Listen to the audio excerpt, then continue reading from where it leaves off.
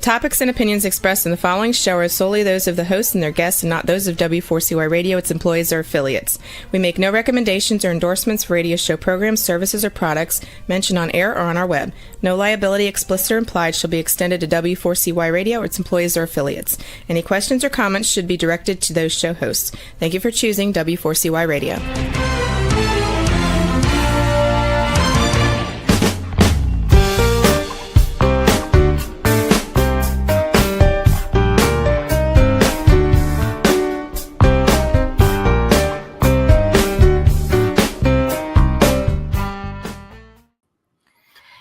Hello and welcome to the Connected Table Live. We're your hosts, Melanie Young and David Ransom, your insatiably curious culinary couple. We love traveling the world to introduce you to the people and places and wines and foods that we try and explore and discover. And we're going to do it again today, right, David? Yes, we are, Melanie. First of all, you can listen to our show live every Wednesday, 2 p.m. Eastern, and you can listen to us on about 65 podcast channels. So we hope you do that, share, and follow us at the Connected Table. Today, we're going to take you to Umbria, the green heart of Italy, and specifically to an area that David and I really had not spent much time visiting other than maybe an afternoon tour of its world-famous Duomo. We're talking about Orvieto. We had the great opportunity to spend, I think it was 5 days, immersing ourselves in Orvieto and its wines. Thank you to the Consortio for Orvieto for helping us arrange this trip. We learned a lot, and there are a lot of takeaways, but let's start with location. Well, Orvieto is about an hour and a half north of Rome. Mm-hmm. So it's in Umbria, which is the one landlocked province in the boot of Italy, so in the peninsula of Italy. There are a couple up north that go into the Alps, etc. But in the boot of Italy, Umbria is the only one. So it's landlocked. It is rolling hills, mountains. So it does, because it touches the Apennines as well, which is the spine of Italy, as they call it. And it's just a beautiful, beautiful area. It's also a very strategic area, and I'm going to explain 3 big reasons. One, Orvieto borders Lazio. What's in Lazio? Rome, the center of the Vatican. And so Orvieto turned out to be a big summer refuge for 5 popes in Middle Ages. This is an area that dates back to the Etruscans. It also was where they hid out. Yes, it was actually a place of refuge during wartime. Yeah. for the popes at that time in the 1200s and 1300s, because obviously there were a lot of sieges and turmoil that happened during that time as well in the Middle Ages. And so when it hit the fan, the popes would take off and either go to, one time they went to Avignon, and they lived there for a while in France. But for a lot of times, 5 of them actually went to Umbria, to Orvieto. And one of the reasons the great cathedral in Orvieto, which is so beautiful, was built was to help with this process. And a few more things. So we're talking about the 13th century. So Orvieto is strategically located between Rome and Florence. That's a major trade route and also a major route for pilgrimages. You're talking about Assisi, which is also in Umbria. So yes, the 5 popes, Urban IV, Gregory X, Martin IV, and Nicholas IV, and Boniface VIII, in case you're into that, all sought refuge there. But there's another strategic reason. Orvieto sits high atop an outcropping of tufa rock and volcanic stone. What we learned, and it was a big surprise for us because of the strategic location, which is great for the wines, that this is a volcanic region, although we saw nary a volcano, but there were volcanoes at one time, and Europe's largest crater lake, Bolsena, which is still there. That lake effect and those volcanic residual tufa and rock is what creates some of the most exciting terroirs in Italy to make a diverse, styles of wine. And we had the great opportunity to attend a presentation at the Consortio offices led by Nicola Barbarani, whose family is making beautiful wines there, to better understand the 4 terroirs that define Orvieto wines. And it was a blind tasting. I thought it was really interesting. It was. Yeah. So what are we talking about? Well, first of all, we're talking about a region that's still predominantly known for its white wines, Orvieto DOC, Orvieto Classico DOC, and Orvieto Superiore, which is specific guidelines on when that wine may be released and alcohol levels. Overall, though, what was exciting about the white wines are that they are crisp, refreshing, predominantly made of, I believe, 60% Grechetto. And then the secondary grape is Trebbiano Toscano, which they call Procanico here. And there may be some other wines. They were wonderful, but very different based on where they were grown, right? Yeah, and people who think they remember the name Grechetto, because Orvieto is also close to the southeastern section of Tuscany. You may know that grape from being grown in that region of Tuscany as well. Exactly. And also in Lazio. I mean, Orvieto is like strategically located between Lazio and Tuscany.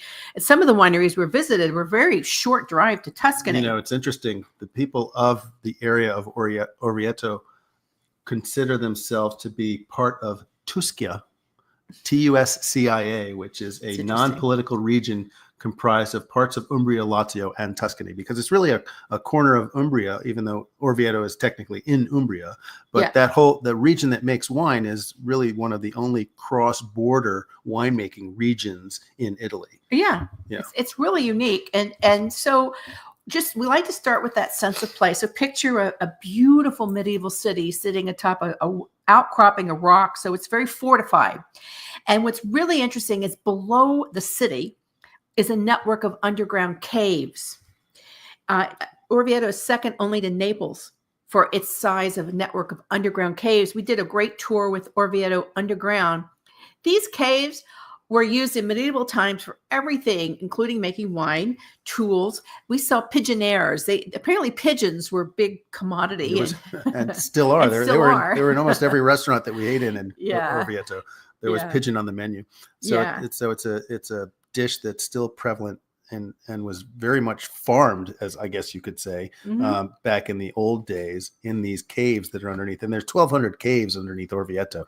You wonder how it can stand up, but they obviously made the network of caves quite successfully because it's still going 1,000 years later. Yeah, and some of them are now converted into tool shed, active businesses or homes or restaurants, and they're in the caves. It's also where people hid out during the war, and they served as bomb shelters. But you must go, if you go, do an Orvieto underground tour, because it's really quite remarkable and important, because these caves, are caves where wine was made, and you could see old winemaking tools at that time. You can also walk around, which we did, the entire walkway of Orvieto. It took us about 2 hours in the heat, but you can see how it's a fortified city. And as David mentioned, the Orvieto Cathedral, which is truly majestic. It was, we did a guided tour, and you must, because there's a very sacred relic in there that is, very important in Catholicism. But the Orvieto Cathedral was partially funded by revenue from sales of Orvieto wines. The papal court loved Orvieto wines. They were in favor, much like in France and Avignon with the Châteauneuf du Pape. These are the Châteauneuf du Pape wines of Italy, the Orvieto wines, and they had very robust sales. And as we said, that's what partially paid for the funding of this majestic cathedral, which you must tour. And the winemaking history goes back, as Melanie mentioned, to Etruscan times, and there's artifacts that have been discovered all over the Mediterranean of wine having been shipped in amphora and clay pots with an Orvieto seal on it to different regions around the Mediterranean. So it was a very well-known wine, not just in Orvieto, but around Southern Europe as well. So, you're talking about a wine that was in favor for millennia and was an important part of trade, and really had a defined moment. And then for a while, you didn't hear about Orvieto wines. And we learned that there has been an Orvieto wine revolution, even though it's one of the oldest wine producing regions dating the Tresons. The DOC, the controlled designation of Orvieto, was established in 1971. It's actually one of the oldest DOCs in Umbria. And since the past 40 some odd years, they've been really focusing on upgrades and modernization and trying to make terroir-driven, lower alcohol, which is interesting, wines that are of today that are expressive of their region. And as we noted, Niccolo Barbarani gave us a really great opportunity to try the wines as a blind tasting. And these are the whites. We'll get into the red shortly. It's predominantly still a white wine region. We tasted wine from the four soils, which are alluvial and clay, sandy, clay and limestone, and volcanic. And we were reminded over and over again that this entire area was covered by the sea at some point. And when we visited several of the wineries, we saw elements of that. We saw oyster shells that they had found in the soils, and snail shells, I guess, big giant snail shells and other nautical style shells. Thank you. That was really cool to me. Very interesting. You know, because we're inland, so you don't think about that. And Tuscany's that way too. If you go to the southern regions of Tuscany, you'll find there's a lot of volcanic soil, a lot of it, really the same soils that you find in Umbria, but they have a lot of that sea sediment as well, which really helps kind of deliver minerality, shall we say, to the wines. Yeah, the wines have a lot of minerality. The depending on where they were, the soils, some of them had more tropical floral notes, jasmine. We saw a lot of oleander being grown. I could taste that in some of the wines. Then, in like the more volcanic area, you're going to get stonier, more austere wines with lots of minerality. A great range, but I would say all in all, what impressed me was that they had great aromas and flavors. They're crisp and dry. And I love the fact that all of them most are under 14% alcohol. We tasted one that was like 9.5%. On average, it was like 11 to 12. So these are terrific wines. Overall. I find that really a feat of great winemaking too, because considering that the fact there's global warming, we all know that, and climate change, et cetera. And we were told countless times while we were in Umbria, and we went to 2 regions in Umbria this trip, all over, that people are now picking their grapes earlier to make sure that they have lower alcohol percentages in their wines, because otherwise they just get too hot, and they want to maintain that balance and drinkability.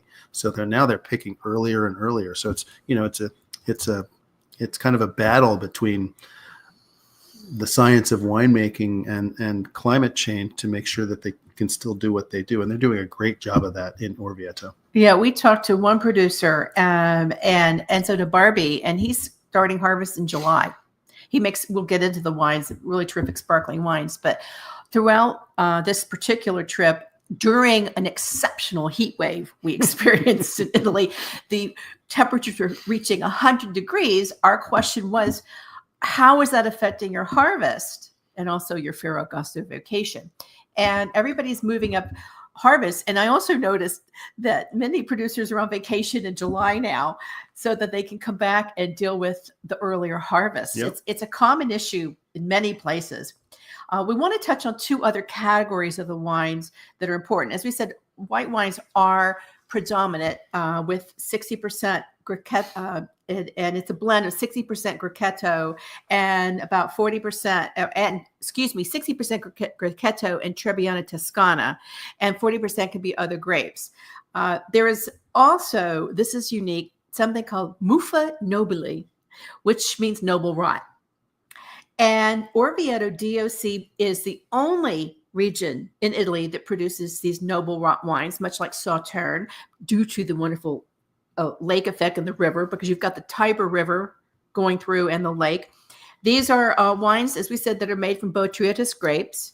They have a minimum alcohol level of 16. They're sweet wines and quite wonderful, made in limited quantity. Very limited. We tasted like 3. And I'm going to add to that, it's consistently make, because there are other regions that can get botrytis in their grapes, but it's not a consistency. And this is part of the DOC. Well, it's Muffa, means rot. Right. I had to look it up. But beautiful wines. And that was kind of an aha discovery as well. There are red wines made. The Orvietano Rosso DOC is a newer DOC established in 1998. Like Orvieto whites, these are blended wines, something that you also pointed out during our trip, David, as you talked about how what sets these wines apart is that they're blended. I couldn't agree more. And I did say that. I said that actually to the producers who were Right. some of the producers were querying us. We're not new to the game, but we're kind of new to get into the modern game and export our wines. And so they were asking us questions like normally happens, shall we say. What do you think would be a key selling point? And I said, the fact that you're making blends. Yeah. When you go to Italy, all you hear about is try my Pinot Grigio, try my Vermentino, try my Sangiovese, but you're actually producing wines that are blends by trade. And by definition, Orvieto wines are a blend. You can only put 60% maximum of a certain grape, which is Grechetto, into those wines. So you have to blend other grapes into it. So you're creating blends from the start, which is really the art of winemaking, right, Melanie?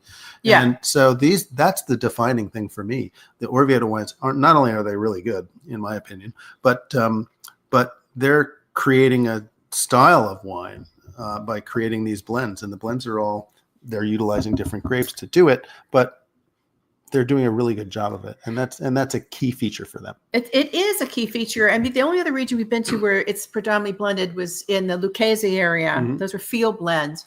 But these are, the Orvieto DOC has very strict disciplinary guidelines about the blends, where the Lucchese wines and Pisani wines were kind of like whatever. They were like the California do whatever like, you want concept. Be creative. Yeah. These are very strict guidelines for quality control. Not that the Lucchese was a great quality, but it's just you must follow the rules. So Orvietano Rosso DOC are also blended reds, much smaller subzone.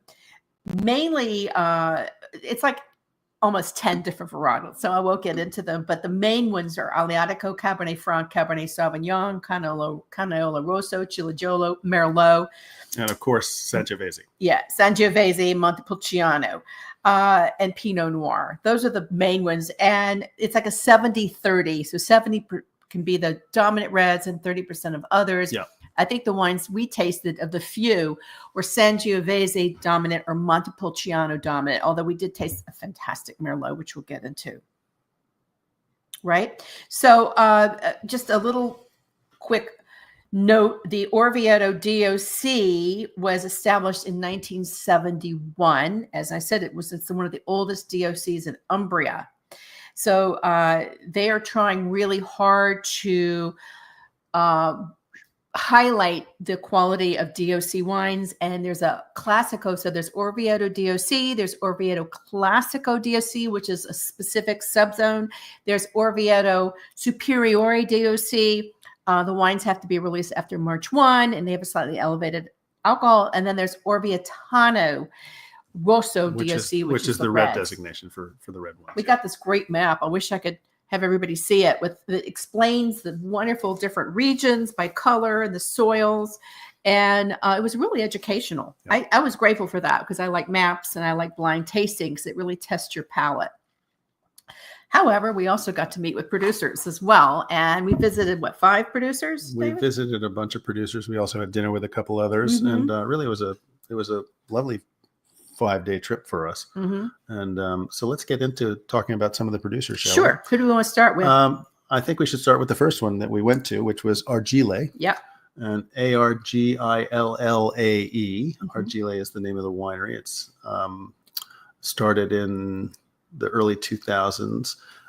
It is owned by the DeCosimo family, and Julia DeCosimo is really the proprietor. She's the only one in the family that actually is part of the winery and makes decisions and works at the winery day to day. The rest of the family, most of them live in Tuscany and have a spirits company, and they make spirits and things like fertilizer as well. So they use great products to make other things other than wine. So it was kind of a natural fit to eventually start Argile themselves and have Julia take over and create the wines. They're fabulous wines. I met Julia first in New York City at a wine tasting lunch that I did for Orvieto wines and Umbrian wines in general in October 2023. And we kept in touch. So we went there first, and it was a wonderful, wonderful tasting. They make some great wines. They make a lot of whites, and they make a couple of reds. So let's point out 2 wines that in each we'll do. And there's two. One we had, which they're very proud of, the Signorello Bianco Superiore. Mhm.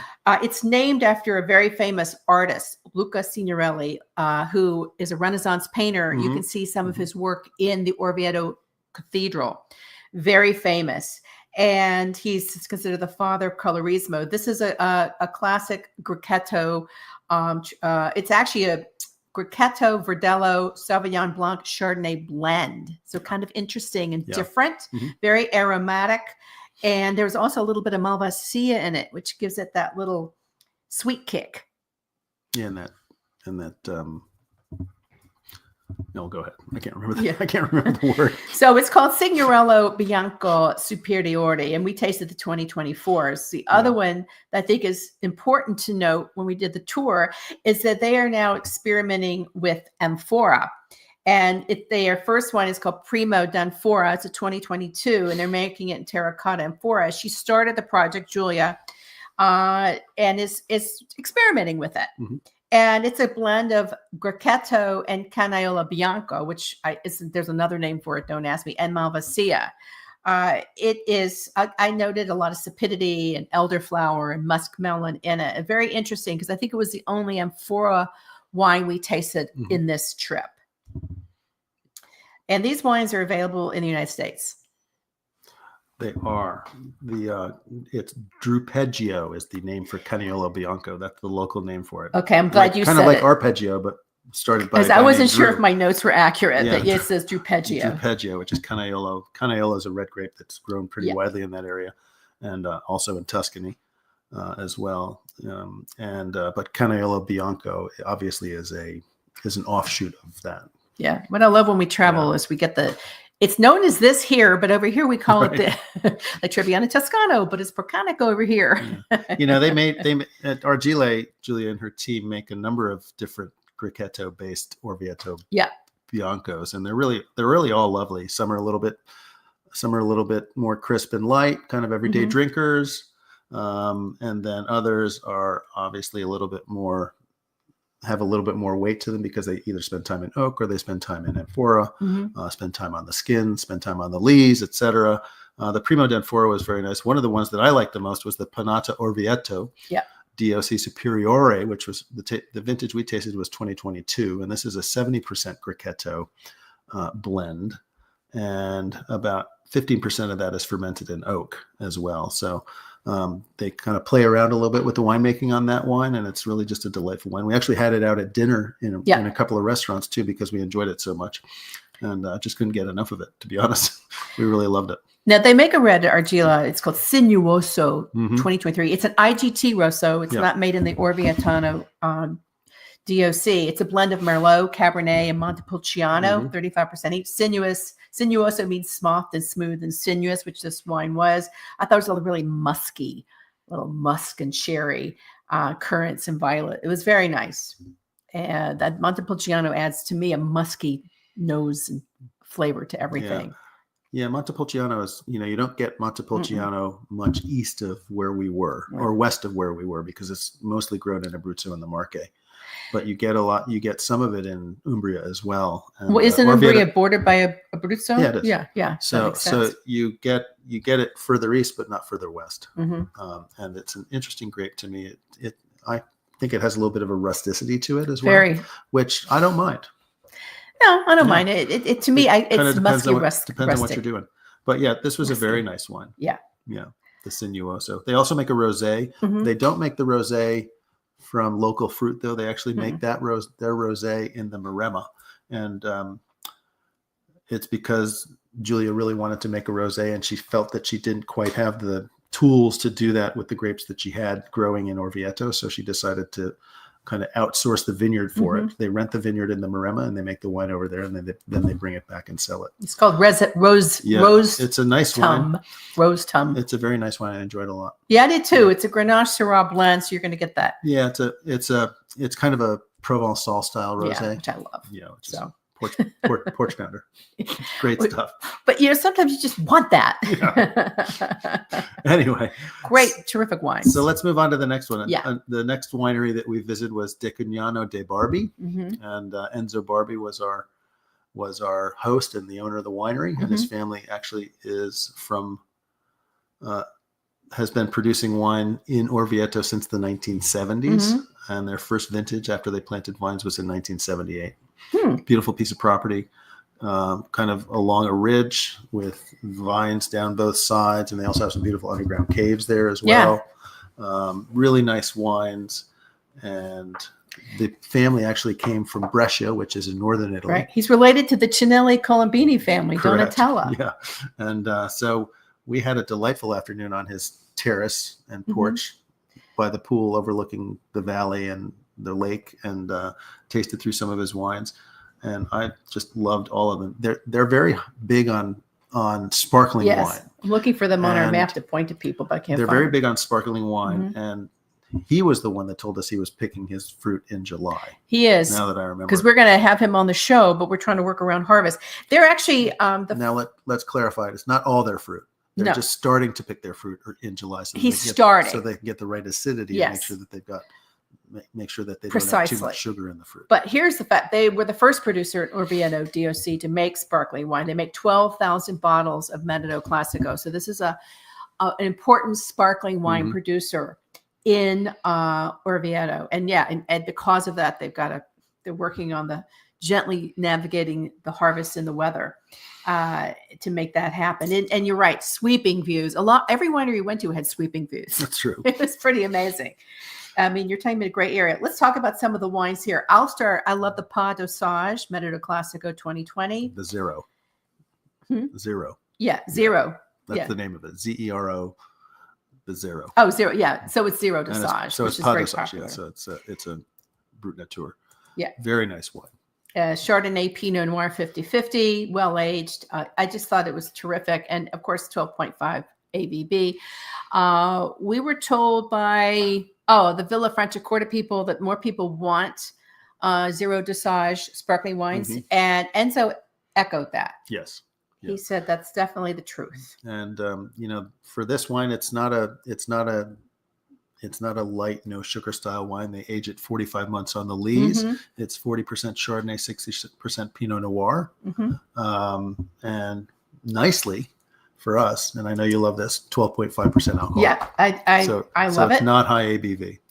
Very nice wines and versatile with a range of foods. I just think those zero dosage wines go with so many things. And it's grown in a kind of a sandy clay mix, and it's got a tremendous, beautiful minerality and salinity to it. I just love this wine.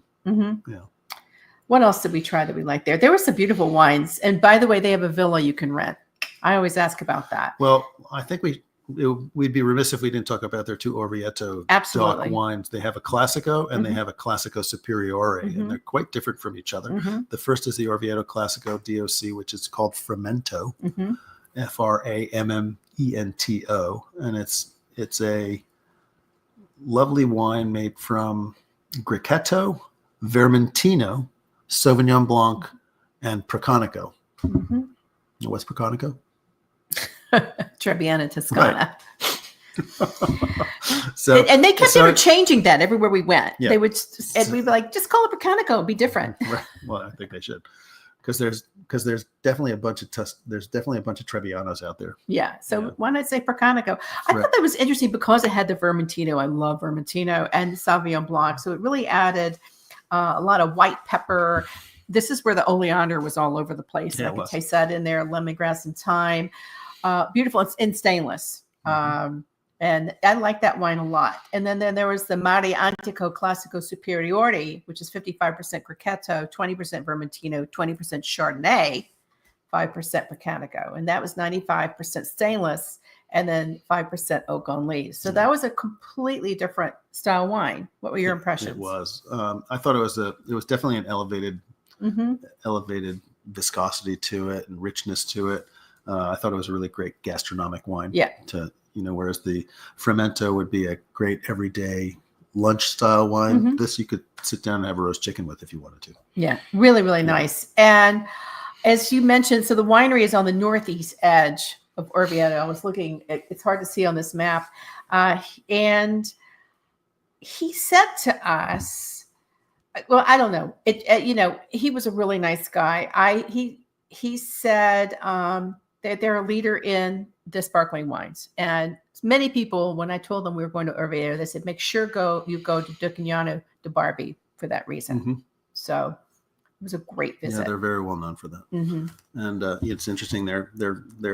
He was actually disgorging some sparkling wine when we showed up, and they do it down in the cave, and there's a cave that's probably 200, 300 meters deep into the side of the hill that you walk into, and then it just goes straight back into the hill, and it's lined with riddling racks filled with bottles of champagne that's aging on the lees, and it's just. These caves are so unique to this area. It's incredible. And yet in the distance, you see the Apennines. I mean, it's really quite remarkable. Right. So they do a couple of reds too, which I was pretty happy about. The Battito, Battito, is an Umbria Rosso IGT. It's a Cabernet based, or a Sangiovese based wine that's blended with Cabernet Sauvignon, that is, and Merlot.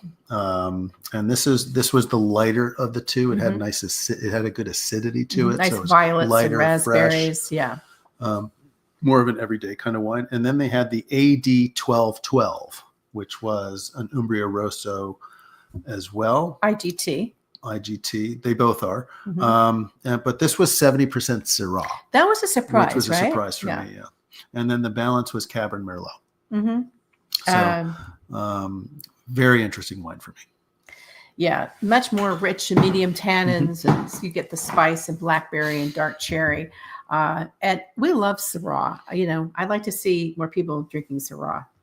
I really would. Next winery, Barberani. We referenced Niccolo Barberani earlier in this show. It's a family-owned estate in the Classico region overlooking Lake Cabara. Again, out there, astoundingly beautiful. And you see this lake, which is man-made, unlike Bolzano, which is shaped by a volcanic crater. It was established in 1961 by Giuseppe Barberani. They have a enoteca literally right across from the Orvieto Cathedral. We met him there. These are soils that have sedimentary rock, limestone, and fossil particles. We saw a lot of the particles there. Let's talk about those wines. There are a few that we adored. I'll start. Luigi and Giovanna, which is their Orvieto Classico Superiore. David, you've got your notes up. Mine I'm still pulling everything off my phone. They do a couple of Orvieto Classicos. One is Classico Normale, as I like to call it. The other is Classico Superiore. Right. The Castagnolo was the Orvieto Classico. And we like this because it's only 11.5% alcohol. So it's low alcohol, which is, as we said, something they're striving to work to do in this region to keep their wines from getting too hot as things change. This was a 60% Grechetto, 40% Trebbiano blend, and just delightful. Floral, jasmine notes, apple and peach.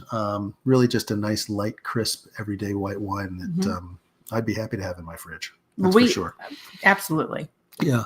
And the next one was the Luigi e Giovanna, which is an ode to the family. Right. Ode to the parents. Grandpa and his wife. Yeah. And it's an Orvieto Classico Superiore. Again, this is 80% Grechetto and 20% Trebbiano.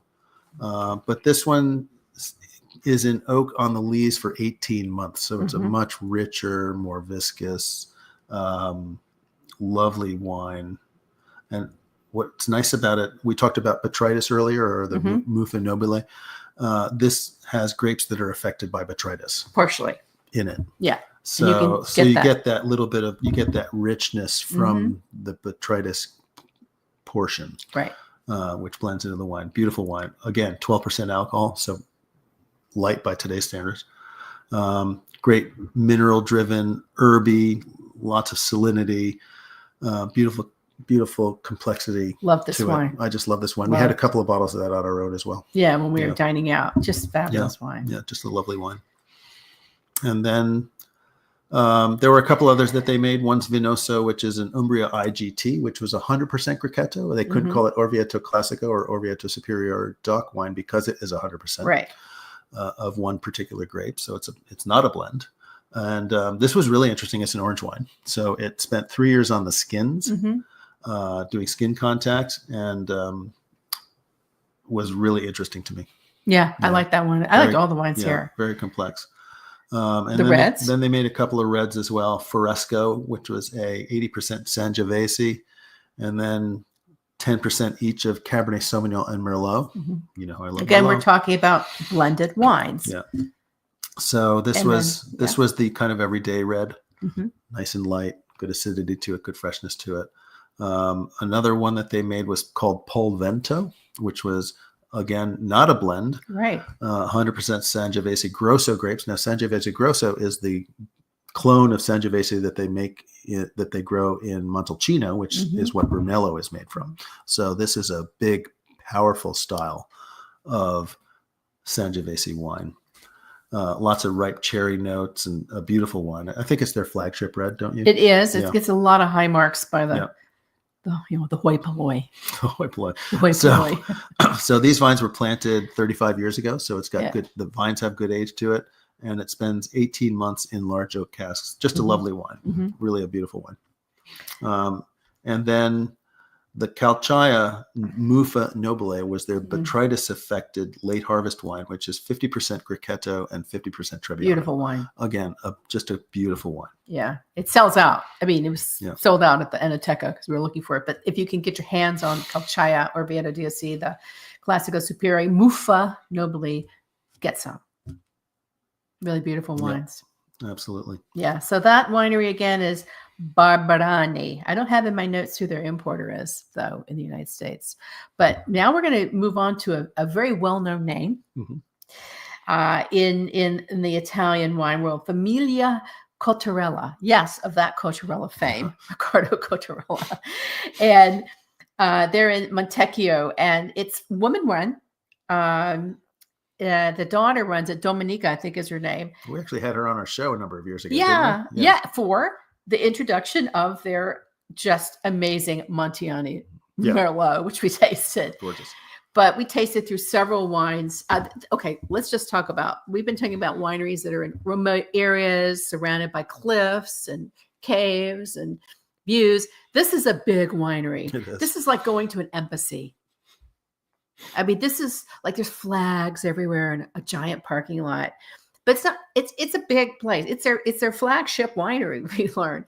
And there's just a lot of beautiful artwork and tasting rooms. And you just know you're just in Castello Cottarella in a winery, right? Yeah. And the wines, of course, are top notch. And 1.5 million bottles. So we're talking about a lot of wine produced. So interestingly, they don't produce an Orvieto DOC. So this is kind of like the ringer in the group, but I'm glad we went because it's such a well-known, thankfully woman-run winery. It kind of, everyone said go. So what the first one we tasted was a Verdellucci, which is a Vermentino, 100%, so not blended, and it was 10.5%. Well, this was an experimental wine. It was experimental wine. And it's something that they had decided they wanted to try to make something that was a wine that had low ABV that could stand up to other wines that maybe have 1 or 2% more alcohol. Tasted like Vermentino Light. Yeah, it was good though. It's good for Vermentino Light. The other one kind of reminded me of like having a nice Vino Verde or something like that from Portugal. Yeah. About 10% alcohol. That's about right. 5%. Easy to quaff, but kind of interesting. And the Verdellucci 2024 is also, these are all IGT because they're not DOC. Only 13.5%, 60% Pinot Bianco, and I love this, 30% Semillon, and 10% Grechetto. So you've got that aromatic with a touch of creamy waxiness, floral, bright, really interesting wine, I thought. Yeah, very nice. And 13% alcohol is obviously a lot more than the other Verdellucci. Yeah, but still average for that. Average, not 10%, but it was beautiful wine. Yeah, and then they do a couple other Biancos. They do a Lazio Bianco, which we tried, which was interesting because, as we mentioned earlier in the show, Orvieto borders on the province of Lazio, and the Orvieto DOC straddles the border and goes into both sides of Lazio and Umbria. So it's obviously easy for them to make Lazio wines as well. I have in my notes. There are a couple other wineries over there that do that as well. Yeah, I have in my notes. It's 100% Rochetto. Yeah. Roscetto, Which which is he says related Greco to Tufo. But I've never heard of the grape before. No. Yeah. So, like Italy has like hundreds of grapes. My notes, 12.5% ABV, mango, lychee, salty, kind of salty in the back palate, slightly creamy because it undergoes mallow and barrel aged. Mhm. It's an aromatic quaver in a good way. I liked it. Anyway. I liked it. Okay. And then they also make a couple of reds. Yeah. And of course they made that beautiful Montiano Fabulous red, which is their top of the line red wine. It's 100% Merlot. We'll get to that in a minute. But first, let's talk about the Trentani, which is a 50% Sangiovese, 50% Merlot blend. It has minimal oak, so it's on the fruitier, more fruit-driven side, shall we say, and not a lot of oak. So a nice everyday red, a good quaffing wine, as I like to say. Yeah. And just a delightful wine. And there's also the Marcelliano, which was a Cabernet Sauvignon, Cabernet Franc blend. Yes, lovely. As well. Again, the Cabernet Franc kind of adds a softness to it and softens out the Cabernet Sauvignon, which can tend to be a little bit on the tannic side. So this kind of brings that level down a little bit, right? And just a nice approachable wine, nice chocolate notes in it. I had chocolate covered cherries. Yeah, just delicious. Yeah, delicious. And then of course there's the Montiano, which we know and love. And it's 100% Merlot. It's their flagship wine. It's just a beautiful, beautiful wine. And they really spare no expense in making this wine. It's a beautiful wine. I have strawberry, raspberry, currants, and smooth and silky, just like your perfect Merlot. Yeah. Right. It's aged in French oak barrique, which is the 225-liter barrel, the barrel that most people recognize when they walk into the winery, and 75% of that is new. So there's a lot of expense that goes into making this wine as well. Yeah, to keep turning over those barrels. Absolutely. To create this wine, and it's just a lovely wine. Yeah, really. It was a very nice a world-class wine. Yeah, really wonderful. And then one last winery visit, and I'm watching our time. Vita Longa, which means long life. And we did a lot of Vita Longa to a long life toast with this family. It's a producer of Rosso Orvietano DOC. Again, David, I thought we were driving forever to get to this winery. We just drove down like dirt roads. Turns out there's a restaurant there and an agriturismo, which you kind of want to do because you're going to like plop after you eat and drink. But it's only 10 kilometers from the Tuscan border. It's a I can't pronounce it, Meravaglia family. We met with father and son. It's 30 hectares. Did I pronounce it right? I'm having trouble with that one today. That's okay. The grandfather Luigi, worked in Florence, had property, started to make wine for friends, much like many of these great family stories. He was making wine for friends. It was just like, come by, fill up your demijohn, and decided he really wanted to focus on red wines and started planting reds in 1999. The winery opened in 2005. It's the second winery to open in Orvietano Rosso DOC. They have an old vineyard that still has the old married vines, which we saw those in Umbria. We saw those in Montefalco as well. What was interesting is here's where we saw all that unusual collection of shells. Yes, in a display case. Yeah, it was quite remarkable. In the distance, you see the Antinori estate that we didn't visit, the Castello. Footnote to do that because it's quite grand. Quite beautiful. Quite grand, yes. It's called... And we also tasted the Antinori wines as well. Yeah, Castello della Sala. They make some beautiful wines. Beautiful wines. Pietro is the winemaker, and it's run by the fourth generation. We tasted some terrific wines there. David, why don't you... Well, they focus on red grapes mostly, but they do make a couple of whites, and they grow Pinot Grigio and they grow Chardonnay. And we tasted a lovely Chardonnay that they made that spent 3 months in oak. And it didn't have a name, so it's just Chardonnay. Vita Longa. And it was just really quite nice, crisp. It said 3 months in oak, so it wasn't barrel. And they only use French oak. Fermented. Yeah, wasn't barrel fermented. It wasn't, didn't go through ML, so it was a lighter, crisper style. I love Chardonnay. That wine. I really enjoyed it. Yeah, completely. Then they make a rosé out of Cabernet and Merlot, right? Which was also nice. Again, because it's a rosé and it's red grapes, they pick this early. And 12.5% Yeah, ABV. so it's picked in mid-August to make the rosé, whereas they hang the fruit on the vine much longer for the. It's a the kind of reds a that they light make. garnet color. Yeah. Lots of orange and strawberry. I thought it was gastronomic. And what did they serve it with? It's just about died. They served it with truffle parmesan flan with shaved truffles. Okay, this winery, in addition to having vineyards and olive oils, is surrounded by forests, and inside the dirt and the ground are truffles. This, by the way, another selling point of why you want to go to Orvieto, it is truffle country. I think we had truffles on everything. And there's no shortage. I'll be honest with you. There was truffles at every meal that we had if we wanted it. We did. I just loved it. That was a good dish. Summer truffles, fresh ones. Yeah. So the Vitellunga Rosso 2022 DOC Rosso Orvietano is 60% Sangiovese, 40% Cabernet Sauvignon, aged 1 year in French Barrique, right? And it has the label had the Orvieto Cathedral on it. Yes. Yeah, from a local artist. That was kind of nice. And they served it. Actually, they have a label series which is all famous art. Yeah. So yeah, you can find Botticelli's Venus on one label, which is in the Uffizi Gallery in Florence, and then you can also find other obviously well-known artists on some of the labels that they do. It's a neat project. It's not all at the same time. They do one per year for this particular wine, but it was a nice project to see, and the wine was good. What I liked about the Vitellunga winery is when we went down into the cellar, there were Persian rugs and Asian and Oriental rugs all over the floor. Yeah. And he was like, "Well, we just sold all the old barrels, so now we're waiting for the new ones to come in, and we had to decorate somehow." They do events.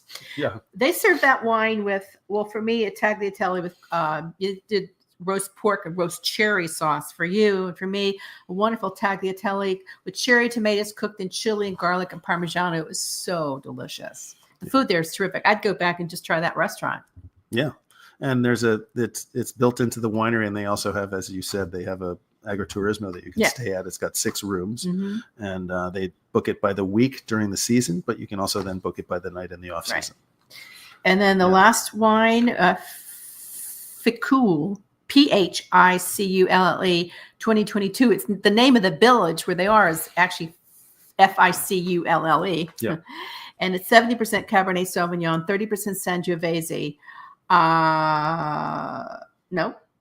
Yeah, that's right. And it spends 15 months in oak. Right. Again, all French oak.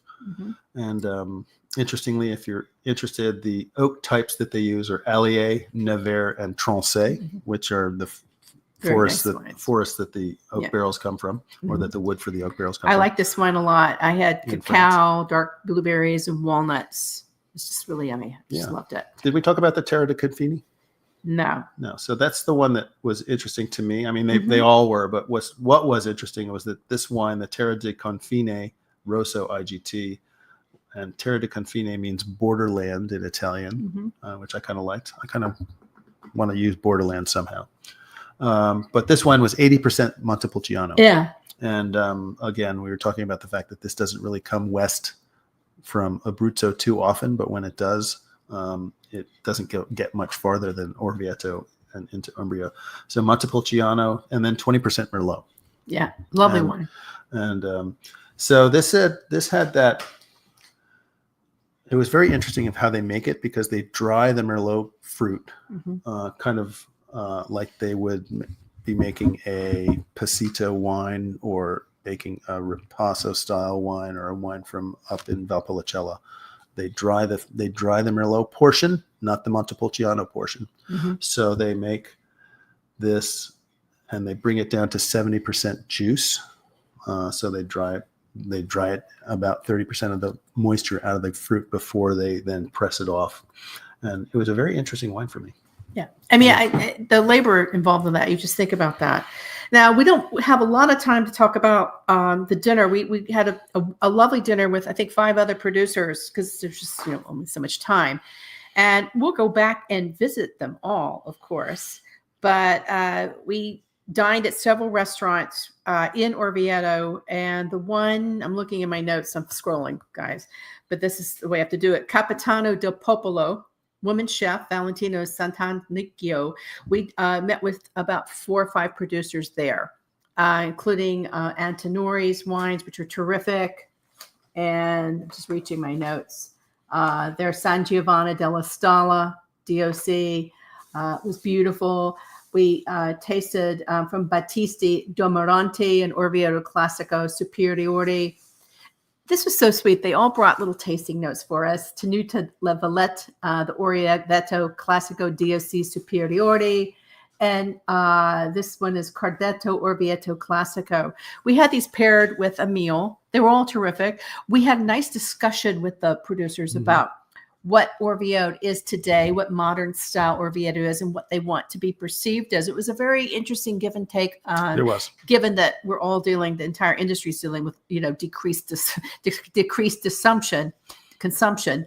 But what's a selling point for these Orvieto wines is that white wines are on a rise. People are reaching for crisp, dry white wines. They're lower in alcohol. They're food friendly. And they just need to be tried and tasted and get out there. They're really lovely wines. And they're unique in my opinion. Yeah. Because they are blends. Yeah. And blending is their lifeblood. And blending is, that takes a lot of skill. Yeah. I mean, you have to think about that. That really takes a lot of skill. So hopefully you like this overview. It's easy to get to Orvieto. Go to Rome.